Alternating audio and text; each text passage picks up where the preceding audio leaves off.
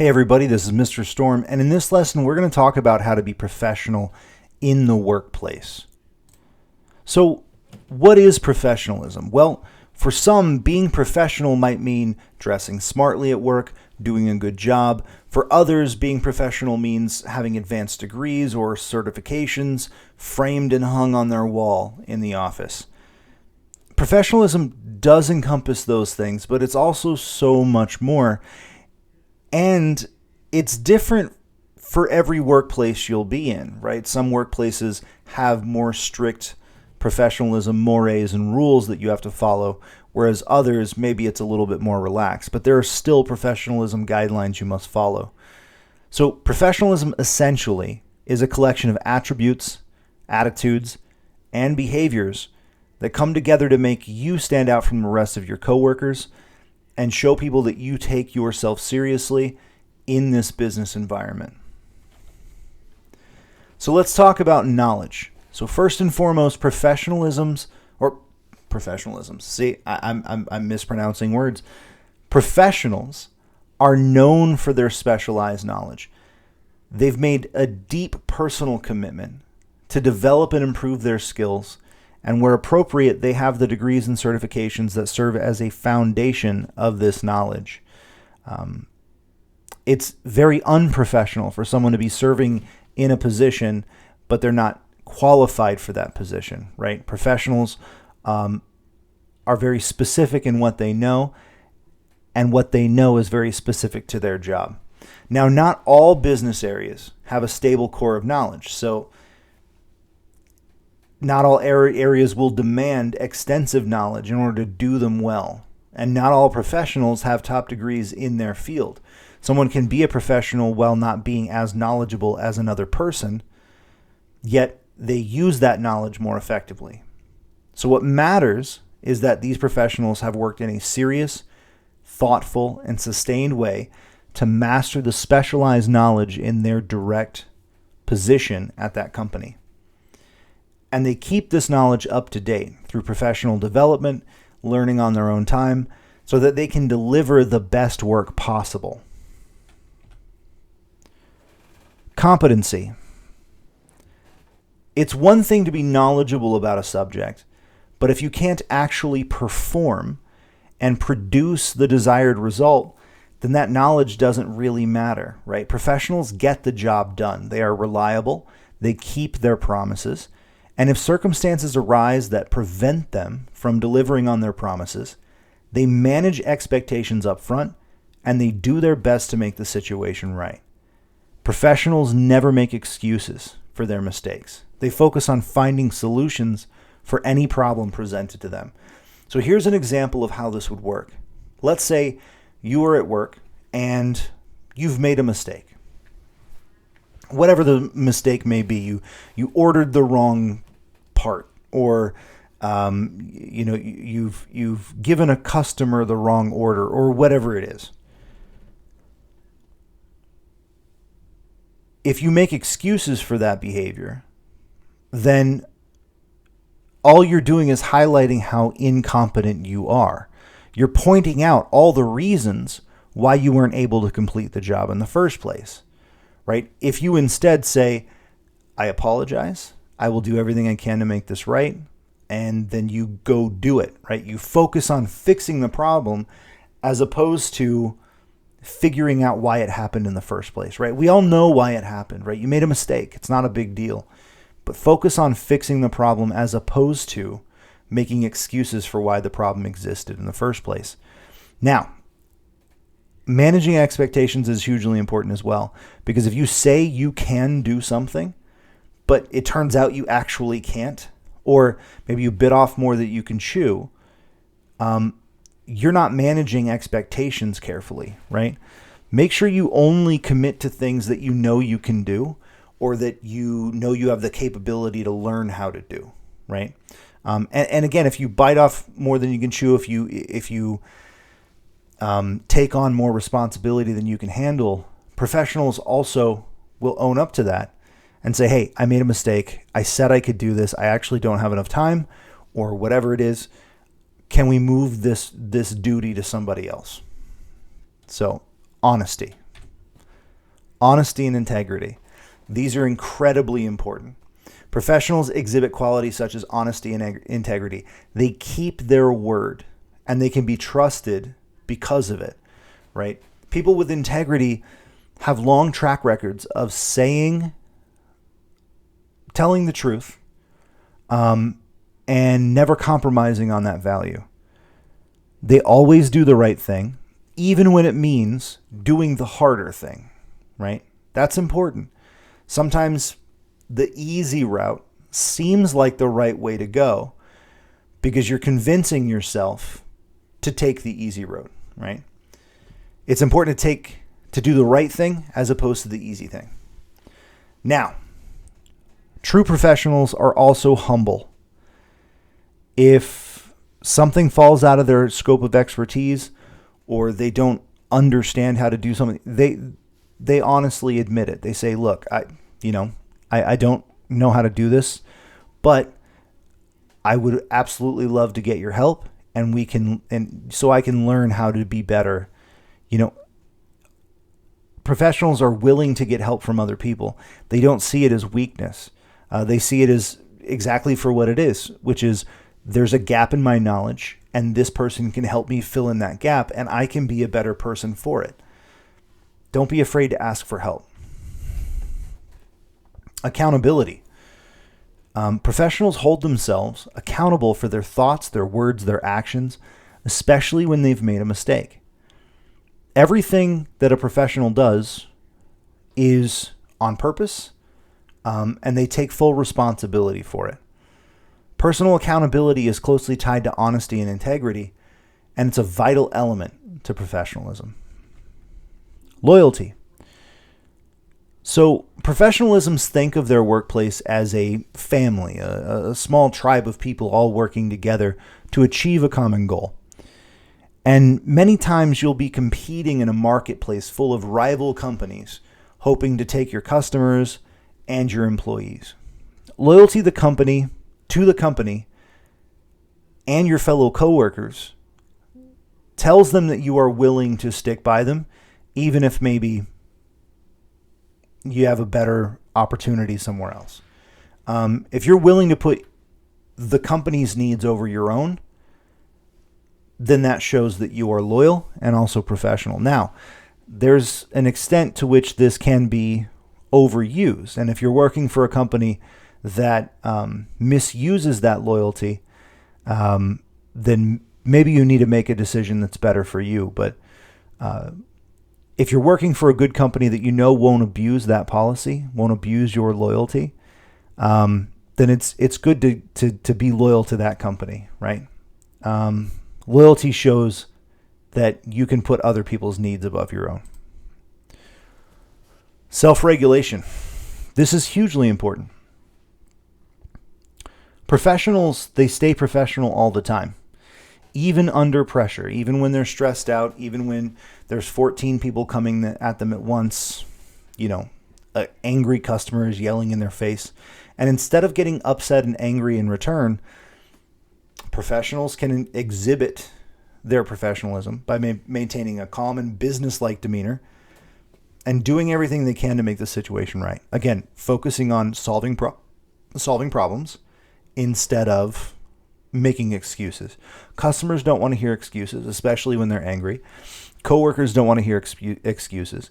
Focusing on problems, however, can turn you from a person who's made a person angry into a person that's helping solve the problem, right? So genuine professionals show respect for the people around them, no matter what their role or situation. It doesn't matter what their race, their gender, their sexual orientation, their politics, their religion. None of it matters to a professional. They will respect you no matter what, just because you are a person and you deserve respect. Professionals also exhibit a high level of intelligence in the emotional realm, emotional intelligence. They consider the emotions and needs of others, and they don't let a bad day that they're having impact their behavior and impact how they see their colleagues. Look, everyone has bad days, but your bad day shouldn't affect everyone else around you, right? learn how to deal with your issues, learn how to regulate yourself, learn how to find help, get help for those issues, and don't let that infect the rest of the vibe of the workplace. Managing conflict. So you're going to have conflict with people in the workplace. That is inevitable. That happens. And you will find yourself holding opposing views from the people you work with. And because of this, you need to learn how to manage conflict professionally so as not to sour relationships with your coworkers.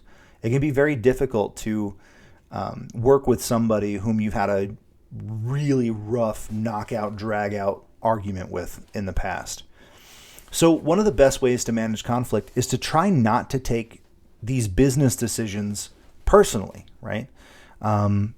Your feelings, they're valid, but they're not always aligned to what's best for the company. Take your ego or your wants out of the situation and then look at it again and see if maybe the decision is being made in the correct way, even though you might emotionally disagree with it. And apply that logic to an argument you're having with a coworker. Try to see it from their perspective and see if maybe your ego is probably getting in the way, or maybe you're being too stubborn with your viewpoint. Again, we all think our ideas are the best because they're ours. We came up with them, right? But we're gonna make mistakes. That's just how we are, and how we manage those mistakes and how we manage conflict whenever it does inevitably arise shows how professional we are. Professionalism is about looking good, okay? I don't mean looking good as in being attractive. I mean looking good as in looking the part for the job you are working, right? Make sure your clothes are clean. Make sure you maintain your personal hygiene. If you're a guy, shave your face or keep your beard nice and trimmed. None of this scruff going on here, right? Ladies, keep your hair neat. Makeup, it should be professional, not overdone, not underdone. Make sure that you dress the way someone in your position would dress, and then turn it up just a little notch, right? Turn it up just a bit. Now, dressing well, it may seem superficial, but it is really important because people are going to judge you based on how much energy you put into your appearance. If it looks like you don't care, then that reflects your attitude toward the job as a whole, meaning I really don't care about how I look, which means I don't care about my job at all, which means I probably don't care about the company or the people who work there. But if you do take the time to look better, to groom yourself, to dress well, then that shows people that you're at least thinking about this and it's important to you. And it can help you become more professional. Greetings. Greetings are important. Now, as I record this, we are going through a global pandemic where, we're not shaking hands. And I don't know what it's going to look like in the future. Handshakes have been a staple of business relationships in the past. I don't know if handshakes are going to be a thing for a while. But if you are shaking someone's hand, make sure it's firm. Maintain eye contact. Don't squeeze too hard. But show them that you're there, right? Don't do the weak, hi, how are you? That doesn't make someone feel like you're present, right? They feel like they've got to pull words out of you, right? You should be open and, hi, how are you? You should speak eloquently. You should say the words in a way that they can understand them. You should shake the hand firmly. Smile. Smile is one of the most important things. Now, again, because of the pandemic we're going through, we can't really see smiles too much because we're all wearing face masks. So smile anyway, even if you're wearing a mask, because it shows up in your eyes and people can see. But if you have an expression on your face that looks like you're scowling at them, or you're having a bad day, or you're just grumpy, people aren't going to feel as comfortable with you if you look like you're uncomfortable in the situation, right? So you want to make sure that you are being positive. People tend to like people more when they are smiling and have a positive attitude, and they have an easygoing attitude.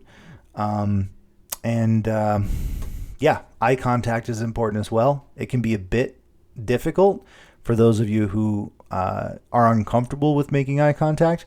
Practice. Believe me, it's a huge, huge, huge thing. Communication. Learning how to effectively communicate with people is really what this is all about, right? It's one of the biggest puzzles or biggest pieces in the professionalism puzzle. So the way you communicate your ideas can set you apart from your peers.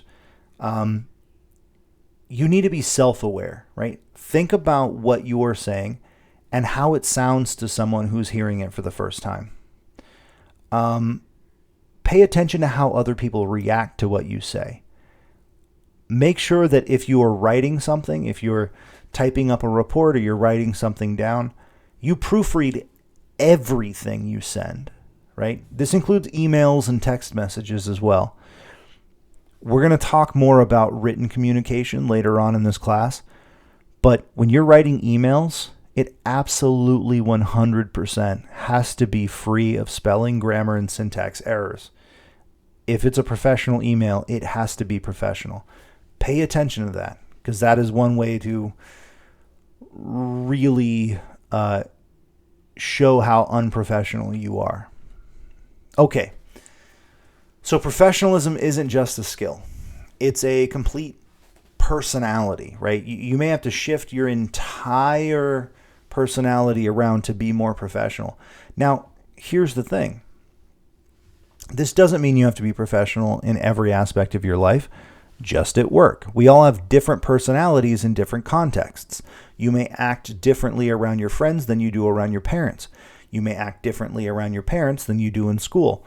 We all have different personalities that we turn on and off based on the context. Make sure that your personality you use at work or at school is a professional one.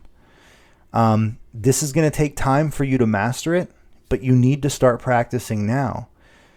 Every chance you get to behave professionally in a professional environment, you should take it and practice these skills.